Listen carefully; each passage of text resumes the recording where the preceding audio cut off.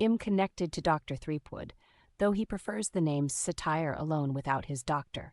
Title, first name basis makes him more personable to patients. Would you like to speak to him? I can connect him to my office's speakers. I don't think that's necessary, Henry spoke out. I wasn't sure why Henry said he would rather not, but I'm sure he had his reasons. As I continued, I'm sure we will be meeting him at some point, but being you talk for him, it will be like we are talking to him as well for the time being. So, where do we start? The doctor looked up a moment and thought, well, let's start with the primaries, 4 to 10. Looking at her clock, she smiled. It should be suturing time right about now if they are on schedule.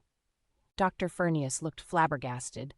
He was not one for hiding how he felt, amazing, even slipped out of his mouth as we all entered the elevator. She pushed first floor, then looked out the corner of her eye. It might be a while. We keep the children nearest to the exit in case any harm comes to this place. Then they can be evacuated quickly. We waited in the moving elevator for only a few minutes as it made its way down. Music was humming low in our space, uplifting and peaceful. The doctor seemed to notice my thoughts. Claire de Lune. It's a rare thing to find music from the past. Mostly, we let our musicians come up with their own compositions. We had our musicians recreate it to the best of their abilities. Then we play the recording they created. We go through cycles of music throughout the day, changed with the moods of the seasons and so on. It tends to make this place less cold for the patients, and they have a higher success rate with their surgeries. It's very nice, Colt said with very little emotion to his voice. I could tell he was thinking on something. Just then, the lit buttons of the elevator blinked, and the door opened to the first floor. With that, there was a desk with drawings taped to the sides, colorful walls with murals of rainbows and suns, smiling flowers, and so on. You could hear the giggles behind the counter, where a man with a smiling face greeted us. Why, Dr. Mila, what a pleasant surprise to see you so early. How are you this fine morning? The man looked clean as a pin with his shining white teeth. His outfit reminded me of what Harolds would put on his workers. It was colorful and playful, with polka dots and stripes. I couldn't help but feel squeamish. I'm doing very well. These are my friends here. We just wanted to look in mostly on the older students, but we couldn't help but see how the littles are doing on our way. The man, still with his large smile and soft voice, so unrealistically soft, pushed a button, and the gate opened, leading to behind the counter, where another gate awaited to be opened. With a turn, the man took a key from his neck and opened the gate. There we are. Have a nice day, Dr. Meal. I hope your guests enjoy their stay as well. Dr. Meal smiled to the man. Have a wonderful rest of your day, Dustin. It's a pleasure as always. All around our legs, little kids started to swarm, almost throwing the doctor off balance. Melee. Many screeched out in joy, giggling with delight, hopping up and down. Each child was dressed very nicely and age-appropriate. Hello, you rascals, what are you all up to? A little girl tugged on her coat. We color today, Mealy. I drew a duck. The girl held up the drawing to show the doctor. Well then, that's a mighty fine pink duck, Jessie. Does it have a name? The girl shook her head no. Silly drawings don't have names. Miela laughed. Now then, if we can have a pink duck, we can have a name, she said somewhat in a serious tone. The girl looked to the side while thinking. Then I call her Dr. P. That's a fine name for a pink duck, and a doctor at that. Say, can I have that picture for my wall? The girl looked so happy. Uh-huh. Oh, thank you. I will treasure it forever. With that, the doctor held tight to the drawing to her chest. Now excuse us, children. We need to go see the other classes. You all behave now. Okay, Mile, they all sounded disappointed in her leaving. We walked past the teacher, who had been quiet. She just had a simple smile and bowed slightly, as did the doctor. Henry tipped his hat to her as he walked by.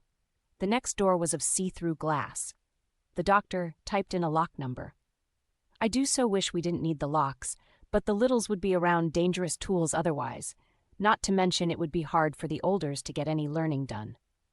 She opened this door, and it was more quiet and clean. There were children sitting at large, long black tables, still dressed in their own clothes, but wearing gloves and eyewear, each with a needle and thread. Another man came forward in a whisper. Good day, Dr. Mila. Are you here to inspect their works? Mila whispered back, just showing some guests around at the moment. Please, he said, putting his hand out toward the tables. Mila walked past the first two tables, clearly younger children, who looked up momentarily with a smile, then went back to sewing. In a whisper, she said to us, "These tables are age ranges 4 to 7. The last table are 8 to 10. Their motor skills and concentration are best at this age." Our doctor went over to the last table, looking at each of the skins they were working on. He looked at each, then looked at Mila. "May I?" he asked, already finding a box of blue gloves, stretching the gloves onto his hands. "Certainly," she whispered. Our doctor picked up the piece of flesh and examined the stitch very carefully, then looked at the piece from the bottom. He looked to the boy who had done the suture. "Excuse me, but what type of suture is this, boy?" "If it pleases you, sir, my name is Jeremy. It's a running subcuticular suture." "And what is its use, Jeremy?" Furnius asked while still staring at the stitching. Jeremy looked confused. "Cosmetic closure of a straight, clean laceration under no tension, typically for the face or neck, sir." "What's the negative of this suture?" Again, Jeremy answered. "Formation of dead space beneath the skin surface, sir. Also the risk of breakage." "Very good." The doctor laid the material back down. Furnius went to Meal. "Tell me, where do you get your skin for your practice?" "It is human flesh, not swine." Dr. Meal is still in a whisper. "We think it best for learning to use the real thing. That being said, is when we have a body that has passed on or a paniculectomy. If it cannot be used in the burn ward because it's been compromised, we use it here to have less waste, but I assure you we do not kill for the purpose of collecting the materials needed to learn.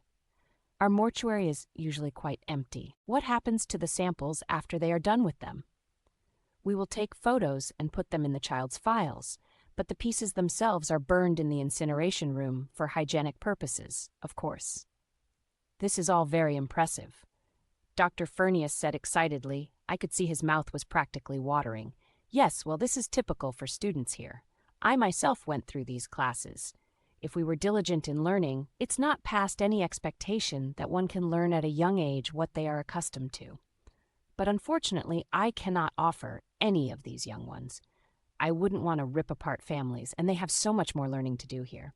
But the next classes, age ranges from 12 to 21. I know that must seem like quite an age gap, but they take breaks to try out different fields of work to see what they like. In fact, age 11, they spend a whole year away from schooling to give their minds a rest and to decide more on what path they would like to take, and again before they graduate into their job. So these next children will be more equipped with knowledge and the capabilities of leaving family for long periods of time if they wish to do so. Please follow me this way.